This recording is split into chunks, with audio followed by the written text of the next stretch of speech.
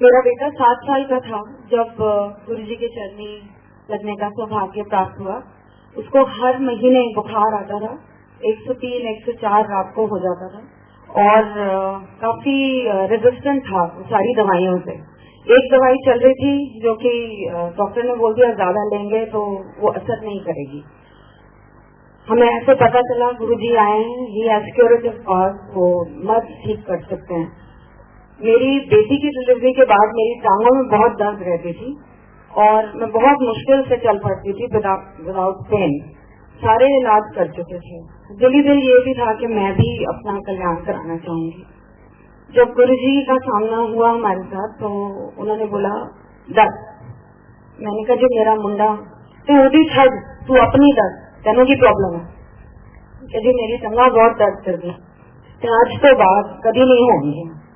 वो दिन और आज का दिन इतने साल बीत गए, 13 साल, आई थिंक 13 साल से भी ज्यादा हो गए, कभी वो दर्द दोबारा वापस नहीं आई। बेटा 21 साल का है, कभी उसको गले की कोई प्रॉब्लम तक नहीं आई। और उसके बाद गुरुजी जालंधर वापस चले गए। हम उनको थैंक यू बोलने वहां गए तो गुरुजी ने हमें बोला कि रात को लुधियाना अपने सिस्टर के यहाँ रुको और कल दोबारा आना, दिल्ली वापस मत जाना। हमने ऐसे ही करा। बाहर निकलते समय मैंने एक भक्त को पूछा गुरुजी अपनी सीट पे कितने बजे आते हैं? तो कहते हैं जी द्वार हम 10 बजे सुबह खोल देते हैं, गुरुजी 11 बजे तक पाठ से उठ के आते हैं। जब हम पहुंचे मंदिर में कोई नहीं था, कोई प्रवचन नहीं चल रहे थे।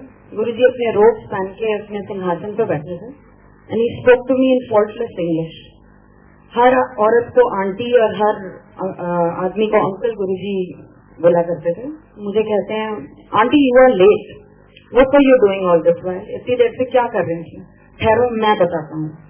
2 आलू के पराठे खाए, 1 कटोरी दही, आधा गिलास पानी का पिया, फिर टॉयलेट गई। उसके बाद बहन के पीछे वाले कमरे में जो काला सूटकेस रखा था उसमें से अपनी बेटी की तूने ऑरेंज ड्रेस निकाली, फिरोजी वाली तुझे पसंद नहीं आई थी।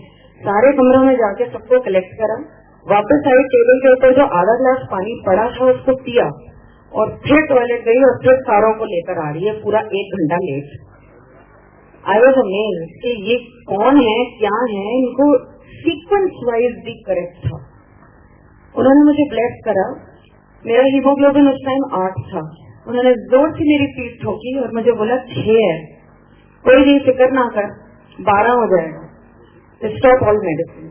मैं दिल्ली आके जो मैं सप्लीमेंट्स लेती थी ब्लड के लिए मैंने बंद कर दिए और करीबन 1 महीने बाद मैंने दोबारा टेस्ट कराया, 11.6 आया मेरा हीमोग्लोबिन, जो कभी जिंदगी में नहीं आया था।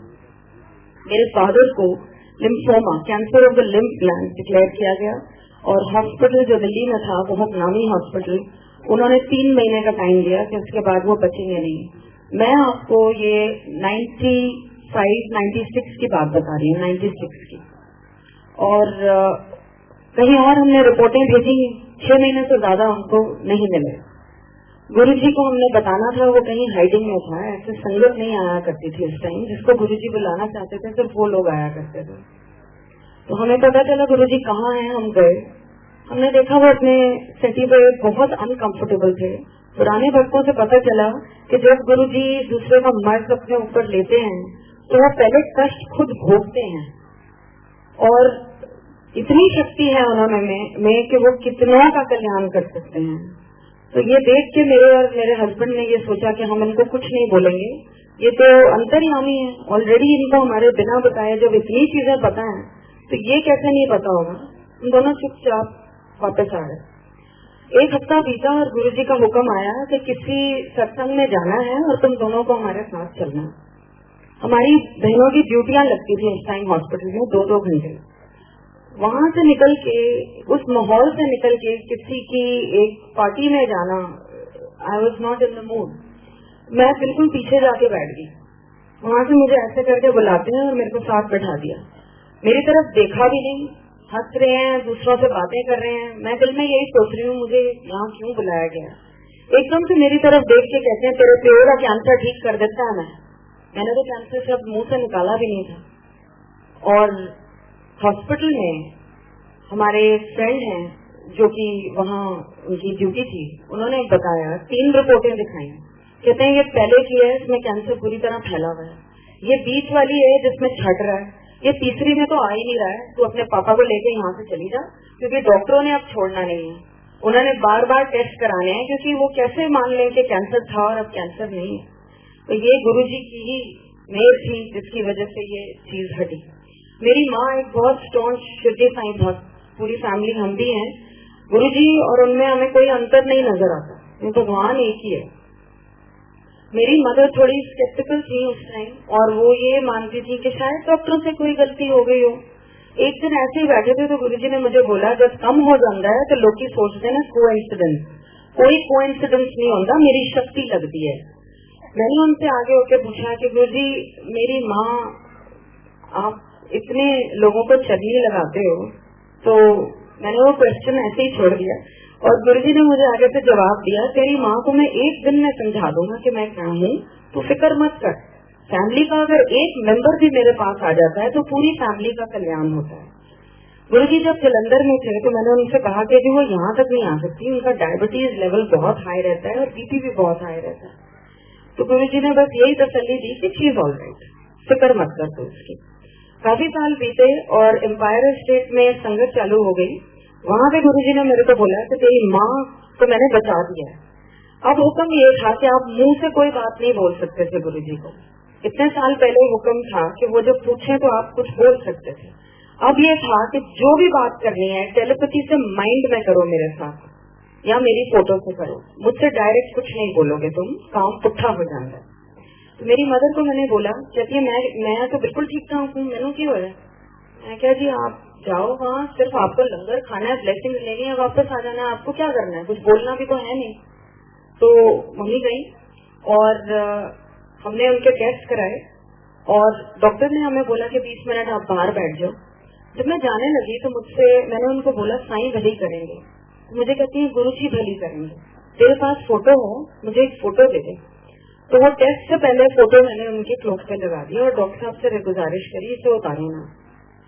जब हम वापस अंदर बुलाए गए, डॉक्टर ने वो रिपोर्टें ऐसे टेबल पे फेंकी। हमें तो सिर्फ लाल लाल पाइप की नजर आ रही थी, बिकॉज वी आर लेमैन। तो मेरे को कहता है where did it go?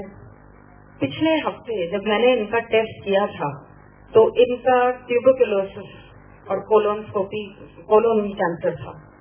She was diagnosed with tuberculosis of the small intestine and colon cancer. He says, where did it go?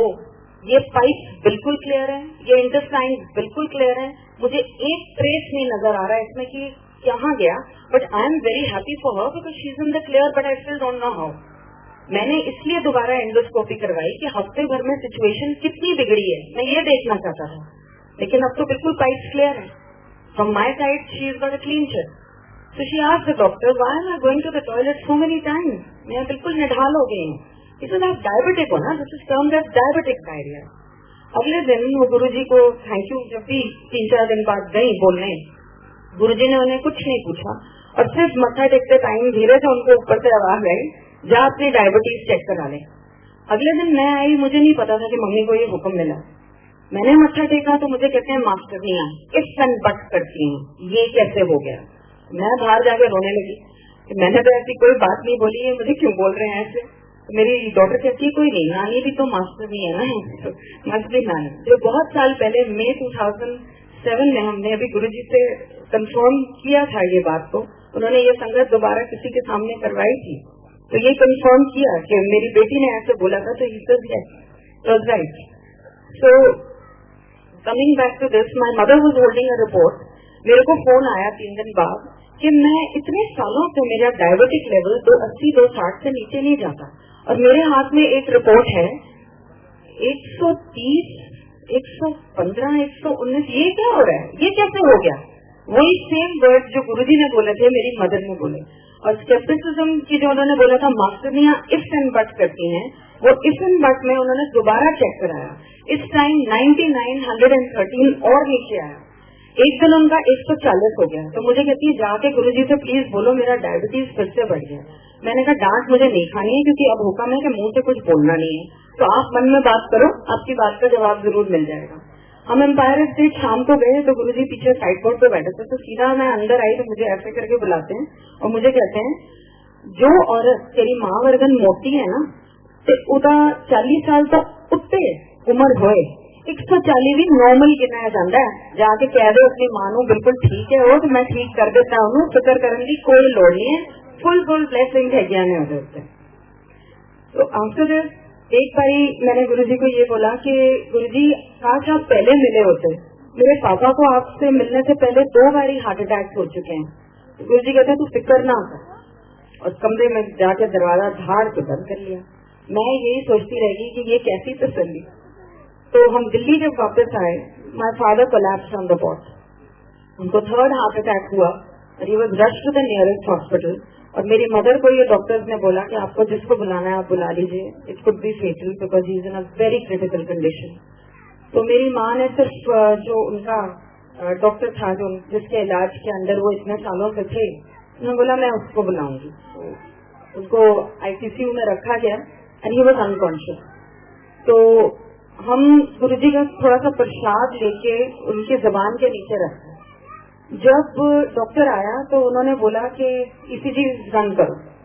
तो जब ईसीजी निकली तो डॉक्टर ने उस हॉस्पिटल के सारे इंटर्न्स एंड डॉक्टर्स को बुलाया और झाड़ दिया, because he was quite a senior doctor. He said ये डाइजेशन का केस आईसीयू में क्या कर रहा है, ये रिपोर्ट क्या कहती है, he is not that critical, why have you put him here. तो उन्होंने एक आधे घंटे पहले की रिपोर्ट निकाली। उन्होंने बोला डॉक्टर साहब पेशेंट आया था तो ये रिपोर्ट निकाली थी, आप इसको देख के क्या कहेंगे। अच्छा मैं तो ये रिपोर्ट निकाल रहा हूँ, मैं तो अपनी देखी हुई रिपोर्ट कर रहा हूँ, और ये आई डोंट बिलीव कि इस पेशेंट की है। खैर हम जलंधर गए, गुरुजी को थैंक यू बोलने। जमीन पे 10 लोगों के साथ गुरुजी बैठे हुए थे। जैसे ही मैं अंदर आई, इससे पहले कि मैं उनको कुछ कहते जिनने कल्याण में तेरे कितने ने ना आ जा बैठा अच्छे तो सारे 10 तो प्योदा लेटेस्ट भी 10 दें उठ के और वो चले गए। So there are so many times when you need your prayers answered. Guruji is always there. He is looking over us. And there were certain things वो ऐसे ही हमें लगता था by the way कह देते हैं, लेकिन वो by the way नहीं होती थी। एक बारी हमें हुक्म मिला जाओ अमेरिका हो, तो हम नहीं गए, रह गए अपने गेड़े में, फाइनेंशियल गेड़े में आयुष्य से। तो कहते हैं अच्छा चलो सिंगापुर हो आओ, उत्थे जाओ। तो मेरी एक भक्त जी है उषा आंटी, उधर का जाके सत्संग करने हैं तो जो जो कल्याण में कितने ना सारे रखी। And this he repeated 2-3 times. After that he every day used to ask me flight का की टाइम है, मैं कहती थी जी 12:05। फ्लाइट का की टाइम है कि 12:05। मेरे जॉइंट में काफी दर्द होना शुरू हो गया था बिकॉज कैल्शियम लेवल बहुत लो था। इसका कोई जिक्र या कोई अरदास गुरुजी से नहीं करी थी। उसके बाद जब सिंगापुर पहुंचे और सिंगापुर पहुंच के आंटी के साथ सत्संग करना शुरू करा, तो उन्होंने बोला जी लंगर खाओ। लंगर खा के जैसे ही हम उठे मेरी वो दर्द गायब हो गई। दिल्ली आके गुरुजी के सामने बैठे तो गुरुजी ने बोला कि हम तेरा कैल्शियम लेवल बिल्कुल ठीक है। और किसी लेडी को उन्होंने बोला कि अनुदास मैदे वास्ते